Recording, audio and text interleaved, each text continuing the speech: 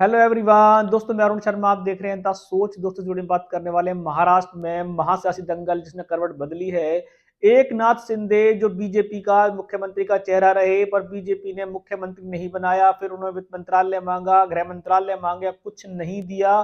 BJP ने उनको शांत एक कोने में बिठा दिया। पर देवेंद्र फडणवीस ने अब उनको शांत ना बैठने देने के लिए एक चिंगारी भड़का दिया। उनके ही कार्यों पे जांच पड़ताल बैठा दी है। दोस्तों, अगर आप चैनल पहली बार है, जुड़ सकते हैं, सारी वीडियो को देख सकते। बात करते हैं देवेंद्र फडणवीस के बारे में, जो 5 साल चूहे की तरह रेंगते रहे और बीजेपी का समय आते ही आज वो चूहे बिल से बाहर आए और उन्होंने अब अपने ही सहयोगी रहे जिसके साथ इन्होंने महाराष्ट्र में इलेक्शन जीता, उसके ऊपर ही जांच पड़ताल बैठा दी है। बस के घोटाले के चल के बहुत सारा इधर से उधर पैसा हुआ है, जिसके चलते देवेंद्र फडणवीस ने एक नाथ शिंदे के सारे कार्यों पर रोक लगा दी है और उनका तख्ता पलट के रख दिया। अब एक नाथ शिंदे की मुश्किल ये है कि जिस तरीके से वो उनकी बीजेपी में तूती खत्म होती जा रही थी, एक तो ऊपर से डिप्टी सीएम बनाया गया, मुख्यमंत्री के लालच में बीजेपी के साथ एजेंडे के साथ जुड़कर उन्होंने इंडिया गठबंधन को करारी हार कराई, तो उनके बावजूद भी उनको मुख्यमंत्री का चेहरा नहीं बनाया गया।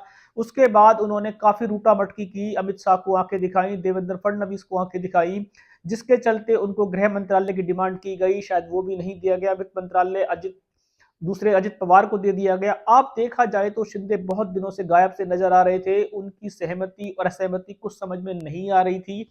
इसी बीचों बीच देवेंद्र फडणवीस ने उनके कार्यों पे किए गए बस घोटाले में उन पे जांच पड़ताल बैठा दी है। अब उनके मंत्रियों पे कार्रवाई हो सकती है। अब देवेंद्र फडणवीस का जुमला एक नाथ शिंदे को ले डूबने वाला है, जिस पे विपक्ष ने करारा हमला बोला है। वो तो पहले ही कह रहे थे कि हमने बोला था कि एक नाथ शिंदे चोर है, फलाना है, ठिकाना है। जहां देवेंद्र फडणवीस ने एक नाथ शिंदे को घेरा है, वहीं देखा जाए तो संजय राउत हो, उद्धव ठाकरे हो, इंडिया गठबंधन हो, शरद पवार हो, सुप्रिया सिल्ले हो, सारे मैदान में कूद पड़े हैं और एक नाथ शिंदे पे हमलावर हैं। देवेंद्र फडणवीस ने ये चौतरफा चाल जो चली है, इससे बीजेपी को तो खतरा नहीं है, क्योंकि बीजेपी महाराष्ट्र में अपने आंकड़ों के बलबूते पे खड़ी है। कोई सियासी तलवार नजर नहीं आ रही, बैसाखी का सहारा नहीं चाहिए। अब वो एक नाथ शिंदे के शायद बेरुखीपन से दुखी थी, तो उन्होंने एक नाथ शिंदे को दोबारा सेट करने का प्रोग्राम बना लिया है। और जो इस रात एक नाथ शिंदे को उन्होंने चेताया है, अब एक नाथ शिंदे के सामने विकल्प बहुत कम है कि उनके घोटालों पे बीजेपी ही जांच पड़ताल करेगी, तो इंडिया गठबंधन और अन्य गठबंधन चुटकी लेगा ही। अब एक नाथ शिंदे ने अब तक कोई सियासी बयान तो नहीं दिया है। इसमें देखा जाए तो देवेंद्र फडणवीस ने भी कहा है, कार्य किसी के राज में गलत हुआ हो उस पर हम कार्रवाई करेंगे, हम ऐसे नेता नहीं है कि अपने गठबंधन पे भी आवाज ना उठाए। देवेंद्र फडणवीस ने ये चुनावी जुमला पहले तो नहीं चला था, अगर ऐसे होता तो शायद एक नाथ शिंदे उनके साथ नहीं होते।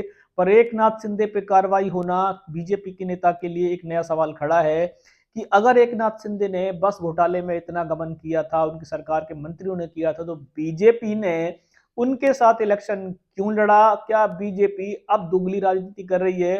क्या उनको अब एक नाथ शिंदे रास नहीं आ रहे हैं? क्या उनको उद्धव ठाकरे, शरद पवार, सुप्रिया सिल्ले, संजय राउत ऐसे नेताओं की जरूरत पड़ेगी? ऐसा लग रहा है कि बीजेपी अपना खेमा बदलने की तैयारी कर रही है और एक नाथ शिंदे को चौतरफा जो मार लग रही है, वो एक नाथ शिंदे के लिए सबसे करारी हार है।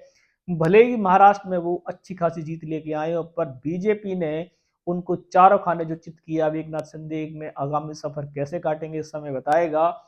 इस रुझान पे सटीक विश्लेषण लेके आएंगे। अगर आप चैनल पे नहीं जुड़े हैं तो जुड़ सकते हैं। सारी वीडियो को दोस्तों, मैं अरुण शर्मा मिलूंगा नई सोच के साथ। अपना ध्यान रखें। नमस्कार।